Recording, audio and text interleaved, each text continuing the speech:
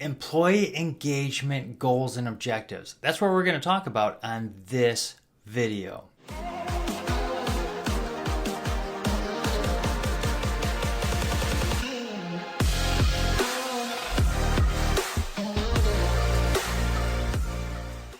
So a lot of HR people are trying to gain that engagement level at their organizations because, the high turnover will actually slow our business down, cost us more profits.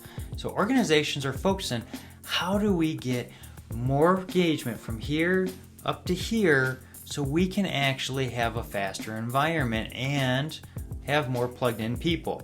And they set up tons of groups, they're trying to do all these fun activities, they're trying to drive the engagement levels up. Well, we also need to focus in on how do we go and implement those goals and objectives so the engagement can go up as well. And before we get into that, let's talk about where engagement really is right now. And why is this such a big topic? Well, right now, the engagement level is at 30%. Yeah, that's right, 30%, which is a failing grade. Gallup's been doing a study on engagement for organizations since the early 2000s, and it's about 30%. Maybe ticks up a couple percent here and there, but by and large, it comes right back down to around 30%. Failing grade. So we need to make sure that we're focused in on how we grow engagement with our team members, with those around us. And so organizations are really focused in on doing that. Well, how can they do that successfully? Well, let's talk. So to get engagement up, we need to be looking at our mission, vision, and values. That's right, because if we're not hiring the right people that align with those mission, vision, and values, well, guess what? They're not going to be there long term because they're going to fizzle out because they're not aligning with who we are as an organization. And if they fizzle out, well, guess what? Turnover goes up, right? We have to hire more people, which takes them about 90 to 120 days to get acclimated with the right processes, the right people to talk to, get those relationships going. And that's a slow grind.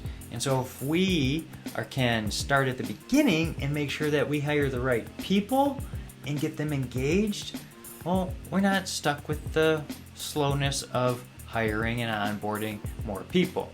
Now, you're always going to have hiring and firings going on, but if you can lower the turnover rate and you're hiring people just to add extra bodies into the organization that can do something, specific to help the organization grow, that's a good thing. But we need to make sure that we're hiring the right people on our teams if we're going to have them stay long term.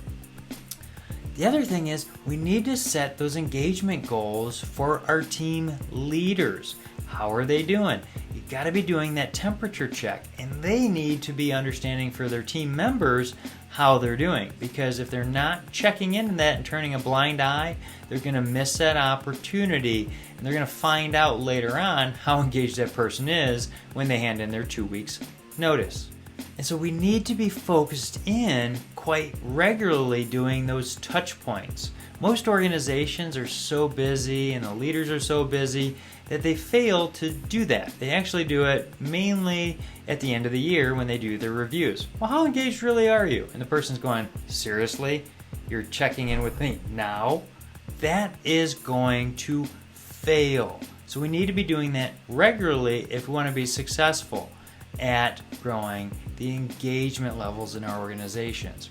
We also need to be building trust and likability, which I have videos on that you can check out on my YouTube channel. If you have more questions on that, feel free also to reach out. But we got to be focused on building the engagement level if we're going to be successful in our businesses.